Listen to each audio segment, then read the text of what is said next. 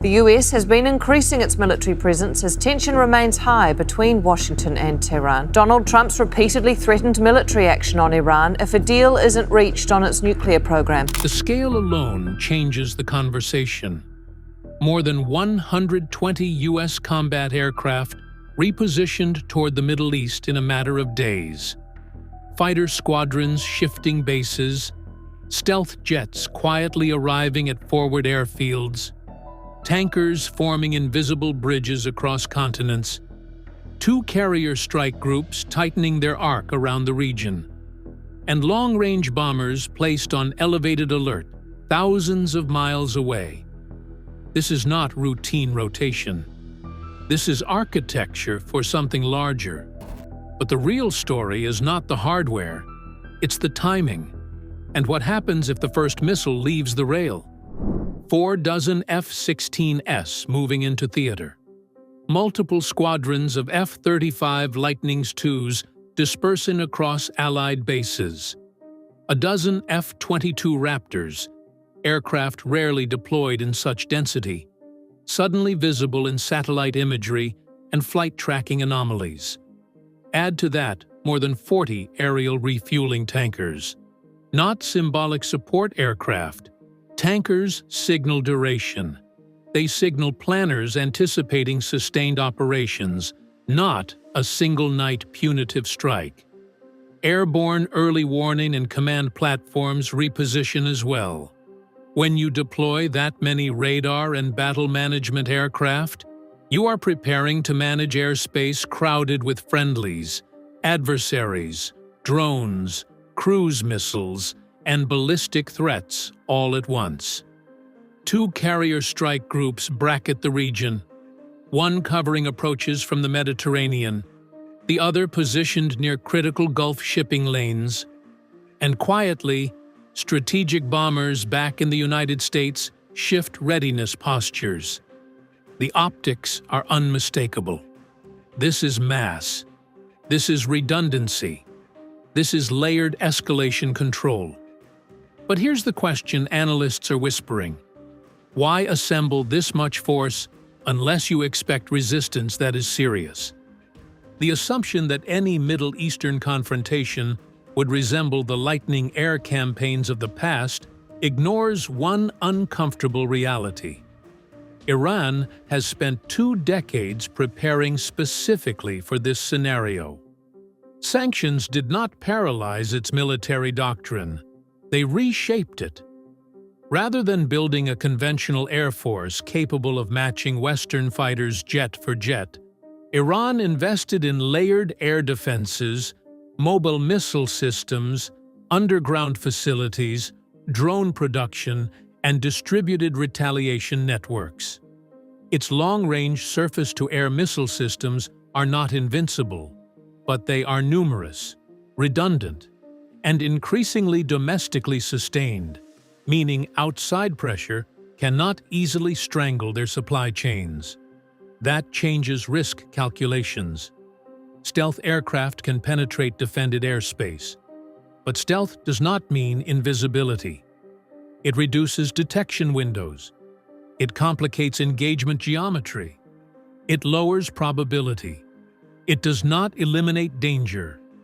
When planners deploy F-22s in force, it suggests they are preparing to contest airspace early and aggressively.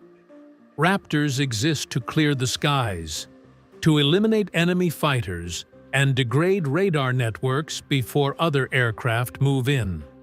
Which implies one thing: they expect those skies to be defended.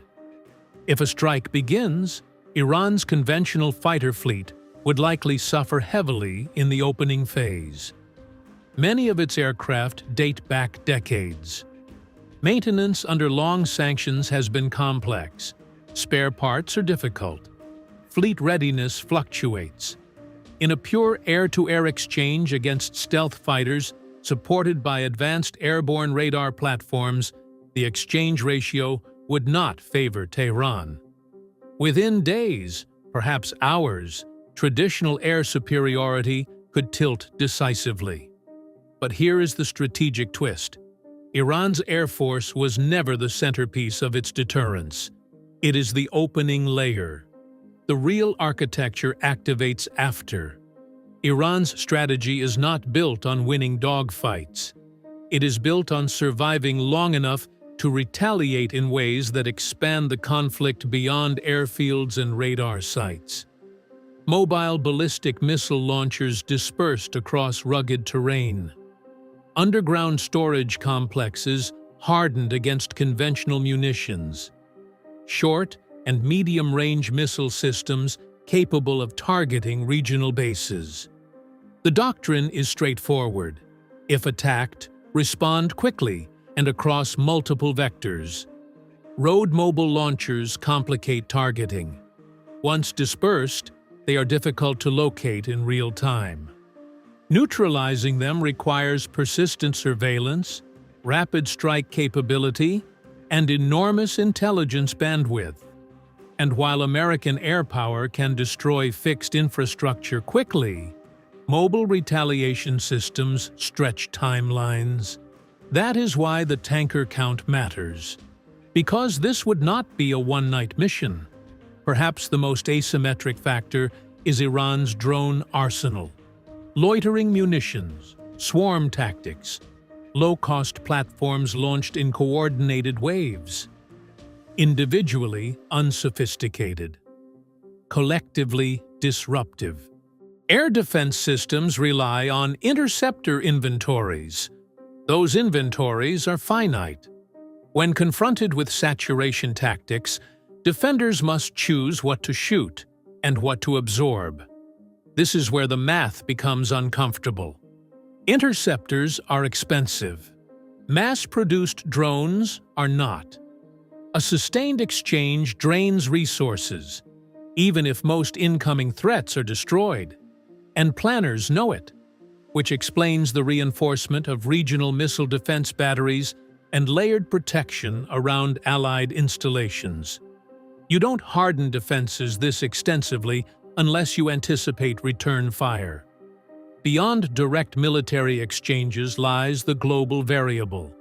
The Strait of Hormuz handles a massive share of global oil flow.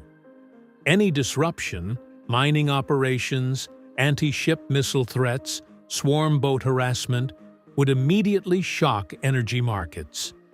Oil does not wait for clarity. Prices react instantly. Countries heavily dependent on Gulf energy would feel immediate economic tremors. Markets do not care who fired first. They respond to risk. And that risk is baked into every additional aircraft now landing in theater. This is the part most surface-level coverage avoids. The United States unquestionably possesses overwhelming conventional air power. If the objective were simply to degrade known fixed military targets, that capability exists. The deeper uncertainty lies in what follows. Because history shows something consistent. Winning the opening air war does not guarantee controlling the political aftermath. The aircraft are moving. The tankers are staging. The carriers are positioned. The question is no longer whether a strike is possible.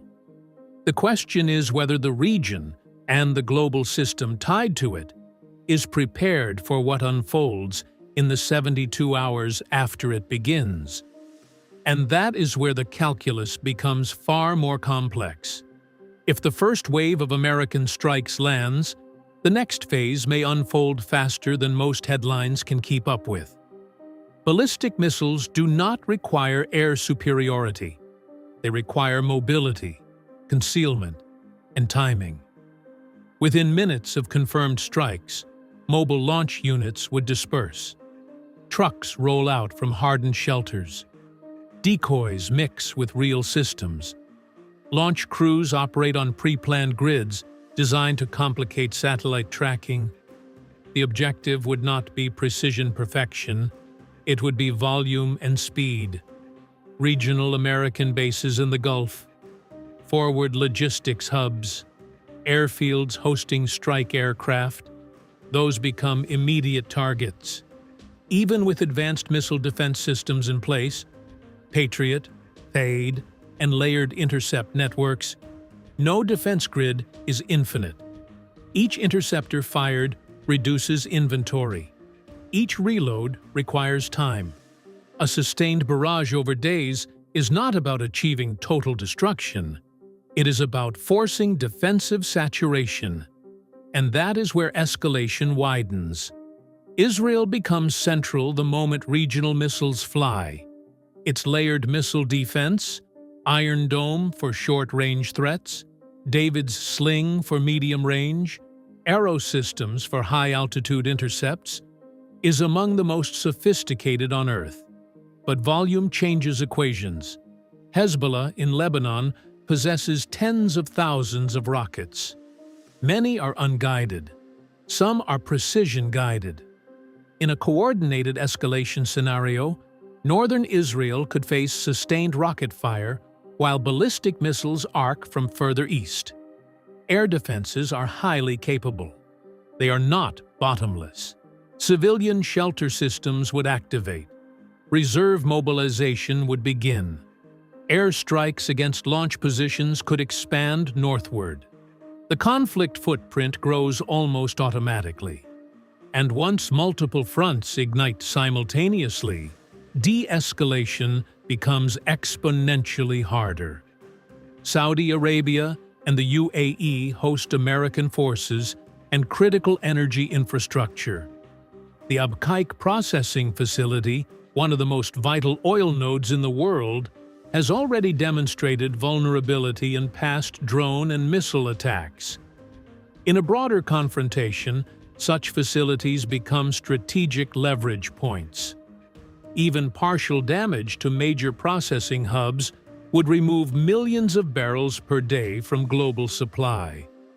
Insurance premiums for Gulf shipping would spike overnight. Commercial vessels might reroute. Energy markets would convulse before diplomats can issue statements. For nations dependent on Gulf oil, including major Asian economies, the shock would be immediate. This is why naval assets are positioned not just for strike operations, but for maritime security. Carrier groups and destroyers would shift rapidly to mine countermeasure operations, convoy protection, and anti-ship missile defense. Because closing or threatening the Strait of Hormuz is not symbolic. It's systemic. The maritime chessboard. Iran's naval doctrine is asymmetric by design. Fast attack craft, coastal anti-ship missile batteries, naval mines deployable by small vessels. The goal is not to defeat the U.S. Navy in blue water battle. It is to create narrow choke point risk. Even the perception of mines in shipping lanes can halt traffic until clearance operations confirm safety. Mine sweeping is slow, deliberate, tense. Meanwhile, anti-ship missile systems positioned along coastlines create layered threats for vessels operating near shore.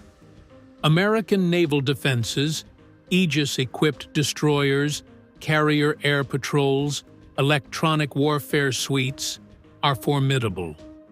But defending a carrier strike group, while also ensuring commercial traffic flows, freely introduces complex resource allocation. And every additional defensive layer deployed pulls attention from offensive operations elsewhere. The regional web of aligned militias adds another dimension. Militia networks in Iraq and Syria could target U.S. installations with rockets and drones. Smaller, persistent attacks designed to harass rather than decisively destroy. Each strike forces response. Each response expands footprint. Diplomatic lines blur when attacks originate from non-state actors, but are linked ideologically or logistically to larger powers.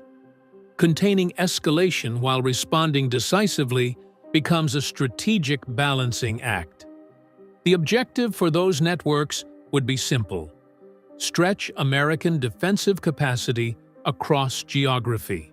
The global powers watching. While direct military intervention from outside powers may be unlikely, strategic positioning would accelerate. China imports significant energy from the Gulf. It has economic leverage, satellite capabilities, and intelligence assets that could influence outcomes indirectly.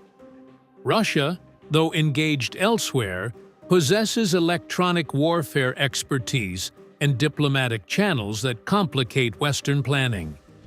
Neither power needs to enter the battlefield directly to shift calculations. Providing intelligence, offering technical advisory support, adjusting global diplomatic posture. These moves can subtly alter operational risk profiles without triggering direct confrontation, which makes planning even more complex. Wars are not fought in isolation from markets. If oil supply is disrupted, even briefly, prices react sharply.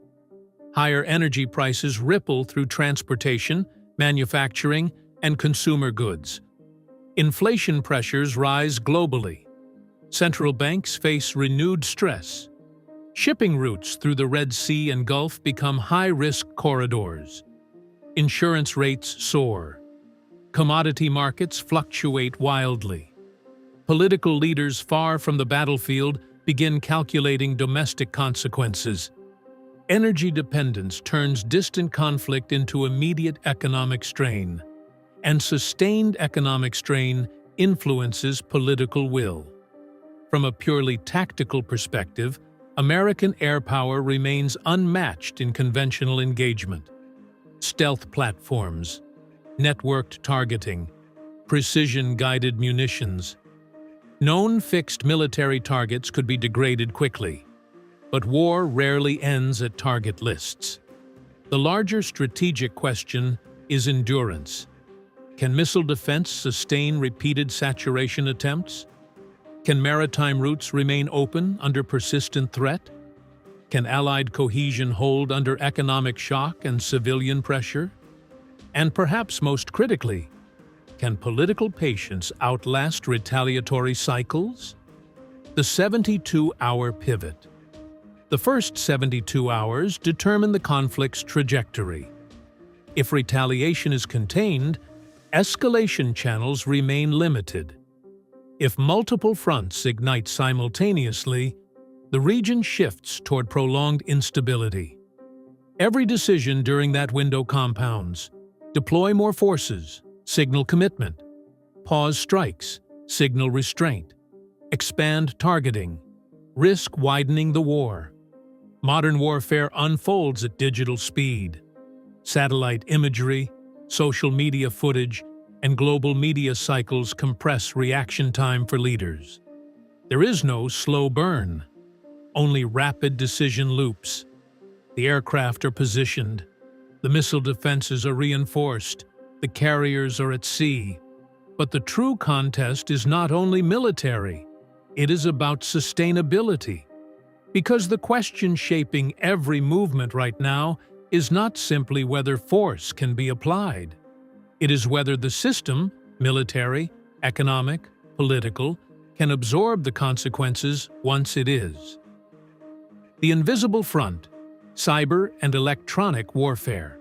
If kinetic strikes begin, the first battlefield may not be visible at all. Before missiles arc across the sky, networks flicker. Modern militaries do not rely solely on jets and warships. They rely on data, secure communications, satellite feeds, logistics software, power grids, air traffic control systems. Cyber operations would likely surge in parallel with physical strikes.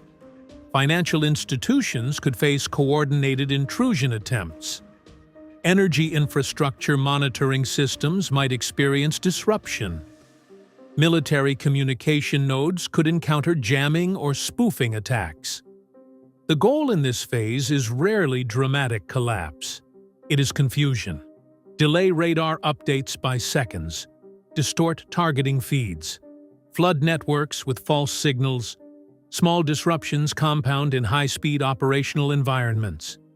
Electronic warfare adds another layer, jamming aircraft radar, spoofing GPS guidance, disrupting drone control signals, interfering with satellite communications. Modern combat aircraft are hardened against these threats, but hardened does not mean immune. When multiple domains ignite simultaneously, command clarity becomes precious. Space is no longer a passive environment. Surveillance satellites provide near-continuous imagery. Communication satellites relay encrypted orders across continents. Navigation constellations guide precision weapons. In a regional war, space assets become critical multipliers. Direct anti-satellite attacks are unlikely due to escalation risk, but reversible interference, cyber intrusion into satellite networks, temporary signal degradation, laser dazzling of sensors, is part of modern doctrine. Disrupt space-based ISR, intelligence, surveillance, reconnaissance, and the fog thickens. If targeting accuracy degrades even slightly, risk calculations shift, which means planners must account for degraded GPS reliability, contested communications bandwidth, and intermittent sensor blackouts. That pushes reliance back toward redundancy. Multiple navigation systems, human verification layers, alternative routing. And redundancy slows tempo. Every military campaign exists on a ladder of escalation. Strike only military facilities. Avoid civilian infrastructure. Limit geography. Avoid triggering new fronts. Keep communication lines open. Prevent miscalculation. But escalation control depends on reciprocal restraint. If missile salvos target civilian centers, pressure mounts to respond harder. If oil infrastructure burns, economic retaliation follows. If casualties rise quickly, domestic narratives shift. Modern conflict rarely spirals intentionally. It spirals through reaction. One strike prompts retaliation. Retaliation prompts counterstrike. Each side frames its action as defensive necessity. Within days, initial objectives blur. Military capability is only one variable. Political endurance is another. Sustained missile alerts in allied cities. Rising fuel prices. Images of damaged infrastructure. Headlines warning of global recession. Public opinion moves faster than supply chains. In democracies, political leaders must balance strategic goals with electoral consequences. In authoritarian systems, economic instability still carries risk. Currency pressure, capital flight, investor anxiety. Conflict in a globalized economy does not remain regional for long. Energy price spikes translate to consumer pain. Consumer pain influences political stability. And adversaries understand this. Strategic endurance becomes as important as battlefield success. The Indo-Pacific shadow.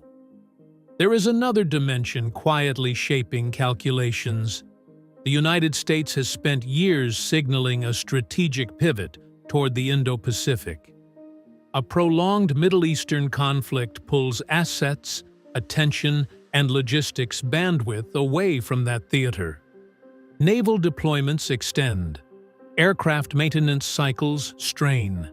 Ammunition stockpiles deplete faster than production replenishes. Rivals observe closely. If focus shifts heavily toward one region, deterrence dynamics shift elsewhere, which makes force allocation more than tactical.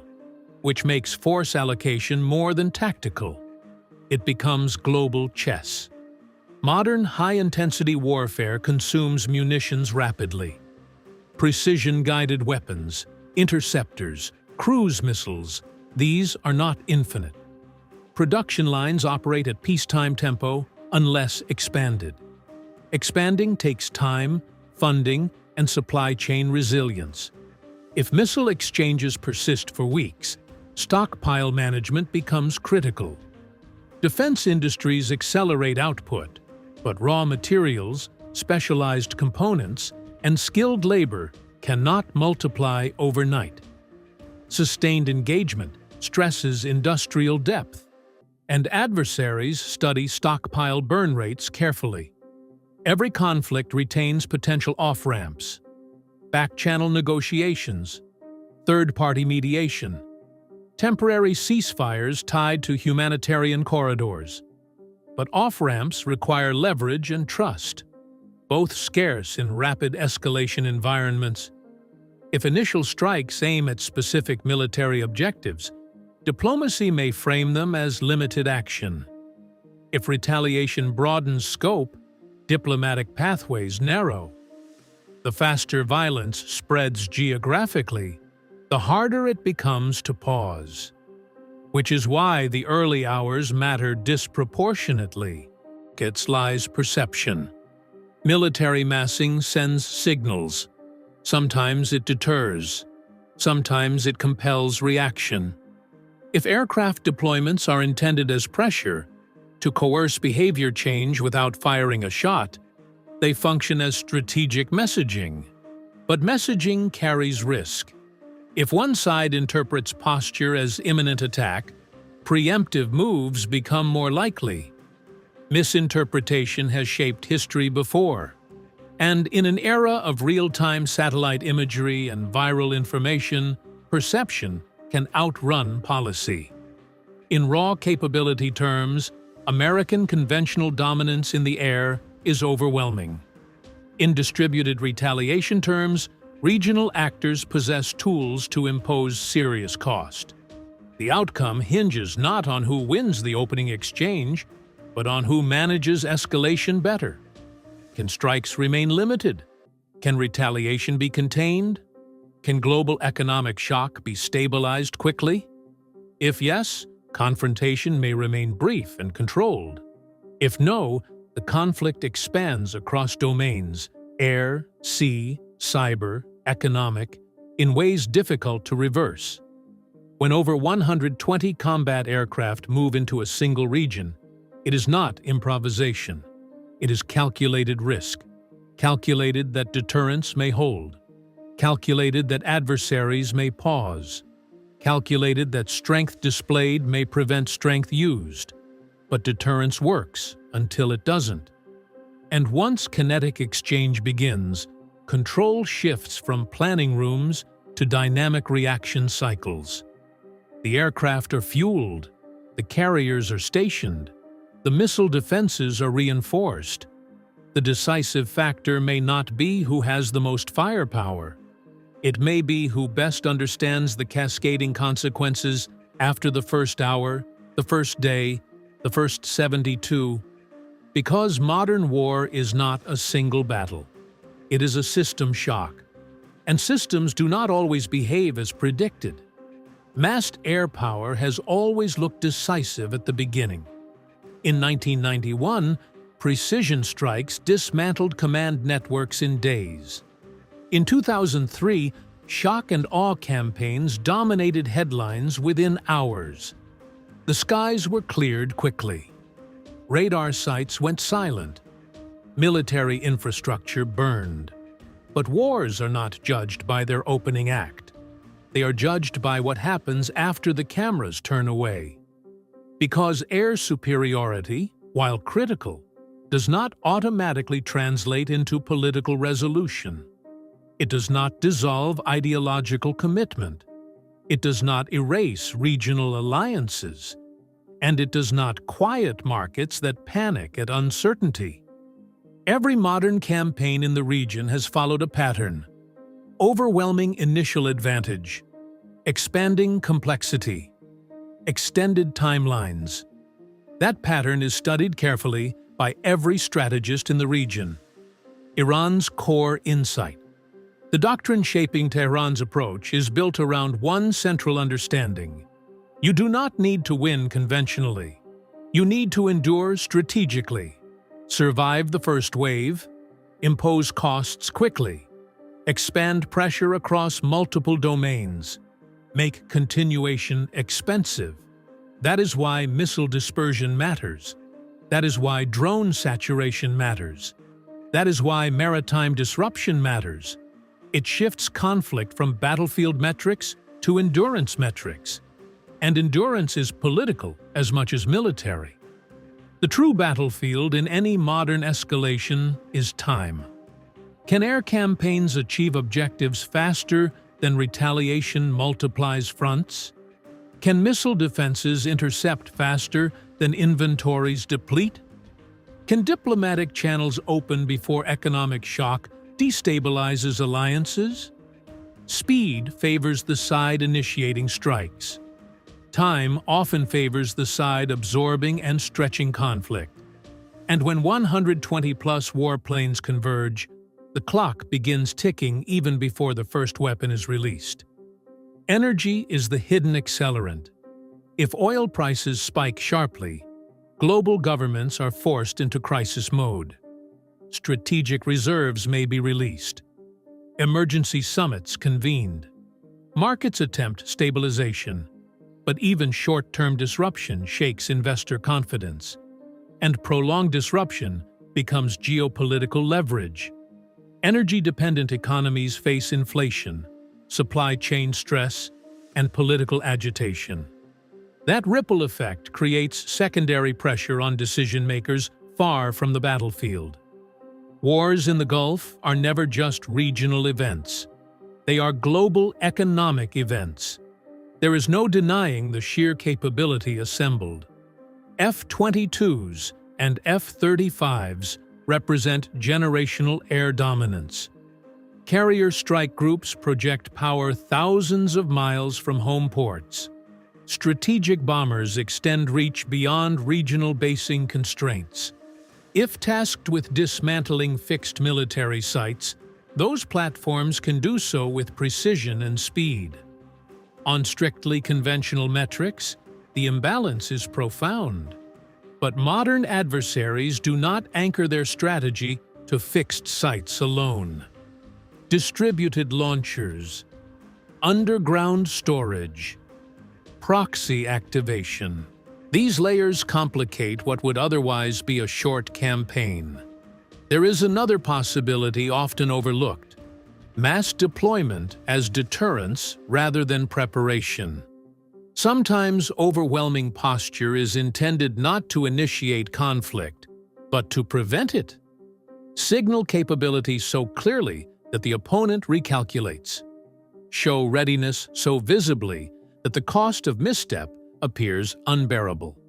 In that interpretation, the movement of aircraft, tankers, and carriers is a warning shot without firing one. But deterrence relies on mutual recognition of risk. If both sides interpret signals accurately, confrontation pauses. If either side misreads intent, the very act of deterrence can trigger what it seeks to avoid. If escalation begins, the first 24 hours will determine narrative momentum. Are strikes narrowly defined?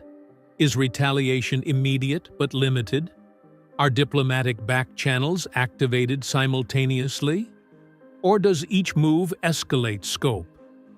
Once multiple countries are drawn into active operations, even defensively, the web becomes harder to untangle. Modern conflict is rarely linear. It spreads through alliances, infrastructure, and perception. And perception can drive decisions faster than policy can restrain them. Over 120 combat aircraft repositioned in days is not casual. It signals seriousness. It signals contingency planning for more than symbolic action. It signals that planners are not assuming an easy or brief engagement. The reinforcement of missile defenses suggests expectation of return fire. The maritime posture suggests anticipation of shipping disruption. The tanker count suggests planning for sustained sorties. Each piece alone might be routine. Together, they form a pattern. The ultimate question is not whether American air power can strike. It clearly can. The deeper question is whether anyone can fully model the cascading consequences that follow. Missile exchanges, drone saturation, energy market shock, cyber disruption, proxy activation. Each layer interacts with the others. And once that system activates, momentum replaces prediction. History is indifferent to confidence. It has seen dominant powers assume quick resolution before. It has seen conflicts expand beyond initial objectives. It has seen regional wars reshape global politics unexpectedly. The current posture may represent deterrence at its most effective, a visible demonstration that prevents conflict entirely. Or it may represent the final staging before a high-intensity exchange that redefines the region for years. The aircraft are positioned, the carriers are steady at sea, missile defenses stand alert.